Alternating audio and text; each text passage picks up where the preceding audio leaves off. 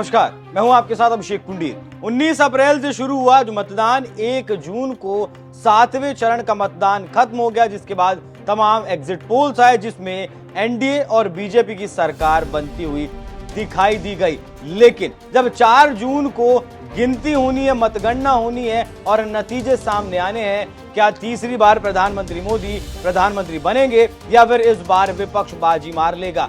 लेकिन उससे पहले 3 तारीख को चुनाव आयोग ने एक प्रेस कॉन्फ्रेंस करने का ऐलान किया, जिसके बाद से सभी पार्टियों में हड़कंप मचा है कि आखिरकार ऐसा चुनाव आयोग ने क्यों किया, क्योंकि इससे पहले इतिहास में कभी ऐसा नहीं हुआ कि जिस दिन मतगणना होनी हो उससे ठीक एक दिन पहले या फिर चुनाव खत्म होने के बाद चुनाव आयोग कोई प्रेस कॉन्फ्रेंस करता हो। इससे पहले ऐसा होता था कि मान लिया एक चरण का मतदान हुआ, उसके बाद इलेक्शन कमीशन एक प्रेस कॉन्फ्रेंस करता था, उसमें बताता था कि क्या कुछ इस चरण में मतदान हुआ, कितना मतदान हुआ, क्या कुछ घटनाएं घटी, ये सब चीजें करता था। लेकिन इस बार चुनाव आयोग ने इतिहास बदलते हुए मतगणना वाले दिन से ठीक एक दिन पहले, या कहें कि ठीक 20 घंटे पहले एक प्रेस कॉन्फ्रेंस का आयोजन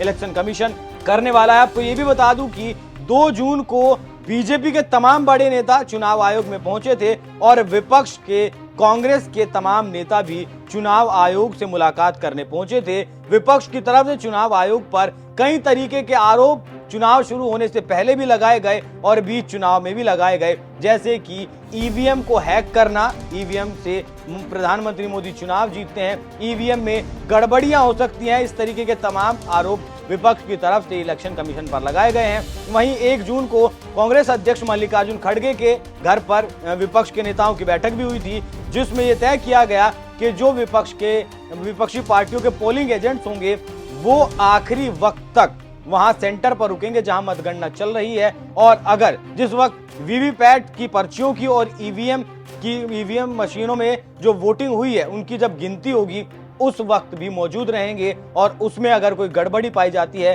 कोई अनियमितता पाई जाती है तो उसके खिलाफ फिर सुप्रीम कोर्ट जाया जाएगा, चुनाव आयोग जाया जाएगा और उसकी शिकायत भी की जाएगी। तो इस वक्त चुनाव आयोग ने जो फैसला किया है, चुनाव आयोग ने जो ऐलान किया है कि वो प्रेस कॉन्फ्रेंस करने वाला है, उसके बाद से तमाम राजनीतिक पार्टियों में हड़कंप मचा है कि आखिरकार इलेक्शन कमीशन ने ऐसा क्यों किया है। लेकिन इसका प्रेस कॉन्फ्रेंस के पीछे एक अंदाजा जरूर लगाया जा रहा है कि जिस तरीके से विपक्ष ने आरोप लगाए हैं इलेक्शन कमीशन के ऊपर, उन आरोपों का जवाब देने के लिए, क्योंकि मामला सुप्रीम कोर्ट में भी चुनाव आयोग को लेकर कई बार सुप्रीम कोर्ट में भी मामला गया। सुप्रीम कोर्ट में विपक्ष की तरफ से कहा गया कि बैलेट पेपर से चुनाव करवाया जाए। उसके बाद जब सुप्रीम कोर्ट ने वो बात नहीं मानी, फिर कहा गया कि वीवीपैट की जो पर्चियां हैं और ईवीएम मशीन में जो वोटिंग होती है उसका 100% मिलान करवाया जाए। अब तक 5% मशीनों का वीवीपैट की पर्चियों से मिलान होता है, लेकिन ये याचिका भी सुप्रीम कोर्ट ने विपक्ष की खारिज कर दी थी। तो देखना होगा कि चुनाव आयोग अपनी इस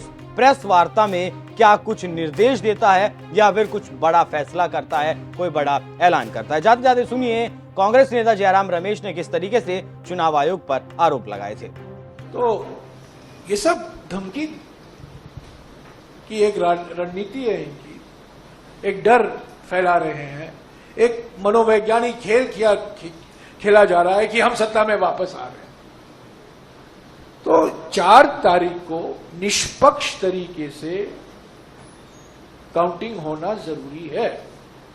आज कांग्रेस अध्यक्ष और राहुल जी ने हमारे उम्मीदवारों के साथ बातचीत की, एक चेकलिस्ट सभी उम्मीदवारों के पास है। आज सुबह हमारे कोषाध्यक्ष ने एक मुद्दा उठाया काउंटिंग एजेंट को लेकर, और इलेक्शन आयोग से कुछ ही समय के अंदर एक स्पष्टीकरण भी आया। पर सवाल यह है कि शक कैसे पैदा हुआ। जो हमारे ट्रेजरर अजय माकन ने मुद्दा उठाया था वो सही था, अगर वो नहीं उठाए होते तो ये स्पष्टीकरण भी नहीं आता। तो चुनाव आयोग को भी निष्पक्ष रहना है, संवैधानिक संस्था है, सब लोग देख रहे हैं, सबकी निगाहें सिर्फ पार्टियों पर नहीं है, उम्मीदवारों पर नहीं है, सबकी निगाहें इलेक्शन कमीशन पर भी है। पर अब तक जिस तरीके से इलेक्शन कमीशन ने अपना कार्य काम किया है, हमें विश्वास बिल्कुल देता ही नहीं है। पर आज भी हम उम्मीद करते हैं क्योंकि हम चुनाव आयोग एक संवैधानिक संस्था है, उसका सम्मान करते हैं, उसकी एक गरिमा होती है और उनको निष्पक्ष तरीके से काम करना चाहिए। जयराम जी, एक सवाल है जो आप लोगों का अनुमान था और जो एग्जिट पोल आए हैं, जयराम जी एक सवाल दक्षिण भारत को लेकर है। जो एग्जिट पोल के नतीजे आए हैं उसमें खासतौर से तमिलनाडु या केरल जैसे जो राज्य हैं उसमें भी बताया गया है कि बीजेपी बड़ी अच्छी खासी संख्या में सीटें ले रही है। दक्षिण भारत में बीजेपी साफ, दक्षिण भारत में बीजेपी साफ। नहीं, मेरा सवाल ये है, पहले दिन से मैं कह रहा हूं, ये केरल और तमिलनाडु के जो एग्जिट पोल के आंकड़े दिए गए हैं बिल्कुल फर्जी आंकड़े।